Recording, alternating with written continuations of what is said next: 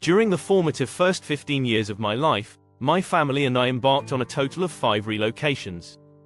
I was informed that our frequent moves were driven by my parents' adventurous spirit and their desire to immerse themselves in all that Norway had to offer. Additionally, my father harbored a personal ambition to work in as many schools as possible in the outskirts of Norway. As a child, these recurring relocations presented a considerable challenge for me. Anticipating yet another move within a year or two, I struggled to establish enduring friendships. Consequently, I traversed most of my childhood without cultivating deep, lasting connections. The explanations provided to me for our necessity to relocate seemed inconsistent with what I overheard during my parents' conversations. It became evident that my father was experiencing issues in the workplace, as I frequently overheard discussions regarding his professional challenges. Moreover, individuals who were once family friends and colleagues of my father suddenly appeared to have become our adversaries. Consequently, we were prohibited from engaging in any form of communication with them, mentioning them in conversations, or even exchanging greetings. A few years ago, I delved into my father's employment records, conducting a thorough investigation which led to an enlightening revelation.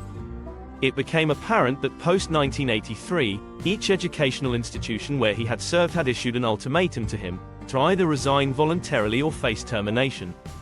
This finding aligned with the discussions I had overheard between my parents, validating their validity. Upon scrutinizing the personnel records further, I unearthed additional pertinent details, revealing that the reasons behind the ultimatums were substantial, including allegations of engaging in inappropriate relationships with students and instances of physical aggression towards other teachers. As I delved deeper into my father's personnel records spanning the years 1960 to 1983, a striking contrast became apparent. Upon reviewing the records, it became evident that during this period, he was not only highly esteemed as a teacher and a colleague, but also that he maintained a positive and amiable reputation. Additionally, there was no instance where he was given an ultimatum to resign or face termination. How did a man, previously admired and respected as a teacher, undergo such a drastic transformation by 1983 that he became universally disliked? One crucial question is, did I notice any changes in him as a father by 1983? My early childhood memories are somewhat blurry, but a few moments remain vivid in my mind. I can still recall lying in my crib in a dark room, feeling utterly frightened by something to the point that I couldn't bear to sleep with the lights off until I reached the age of 30. To this day I have no recollection of what scared me so much that night. Another distinct memory from about 1983 takes me back to a time when my older brother, my father, and I were in the basement. I distinctly remember watching my father and brother chopping wood, and then being terrified as my father started up a chainsaw. This frightened me so much that I began crying uncontrollably.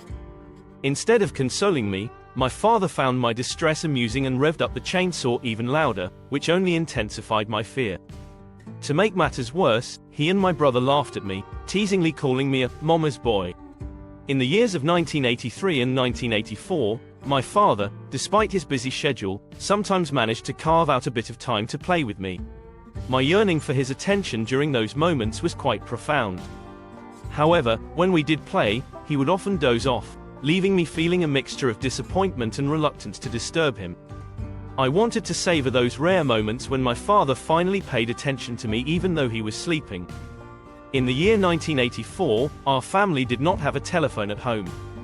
Consequently, when my uncles needed to inform my father about his mother's passing, they had to contact our neighbor, who then conveyed the message to my father. I can distinctly recall the moment when this happened. I was lying on the floor, engrossed in a game with my father, who had nodded off.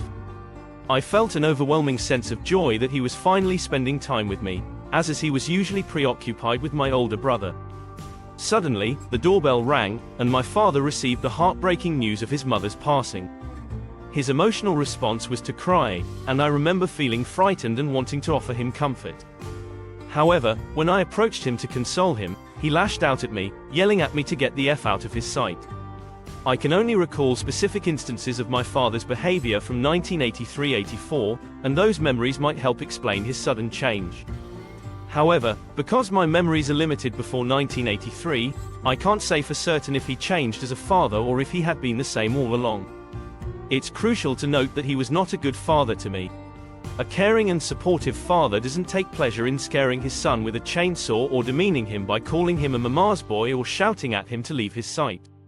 The most plausible explanation for his sudden change in 1983 is that it coincided with his transition from a principal to a regular teacher.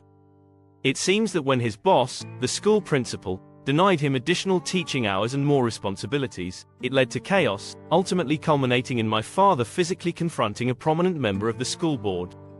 Why is this the most plausible explanation? Because my father was a narcissist, he didn't take kindly to being challenged. When the school principal denied him additional teaching hours and more responsibilities, he took it as a personal insult. How has it affected me to have a narcissistic father? That is a story for another future blog post.